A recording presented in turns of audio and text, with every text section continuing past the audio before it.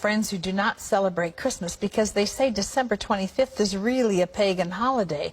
While I agree that Jesus may not have been born on December 25th, he certainly was born as described in the Bible. How do I respond to them? Well, in a sense, tell them they're right.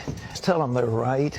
You see, the winter solstice a couple of days later was the shortest day of the year, and the pagans had something called Saturnalia.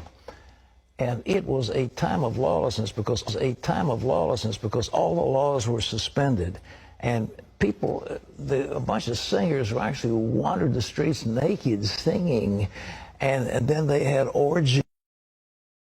It was a mass thing. Well, when the Catholic Church came along in Italy, the Romans and others didn't want to give up their holidays, so they said, okay, we'll Christianize it. And so they said, okay, we'll say the birth of Jesus was the 25th of December. And then there was a monk who began to add it up. You see, if you read in Luke, it says there's a census taken when Quirinius was governor and so forth and so on. And they could take those leaders and figure the exact time dating from the foundation of Rome. And that's when the dates were established. And so they get pretty close to the date.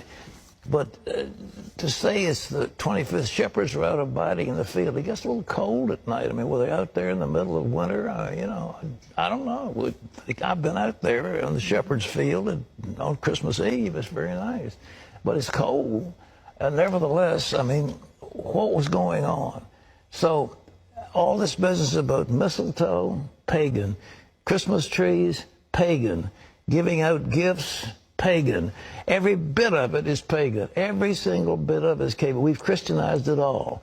And so that's good. And so we have time. We celebrate for Jesus.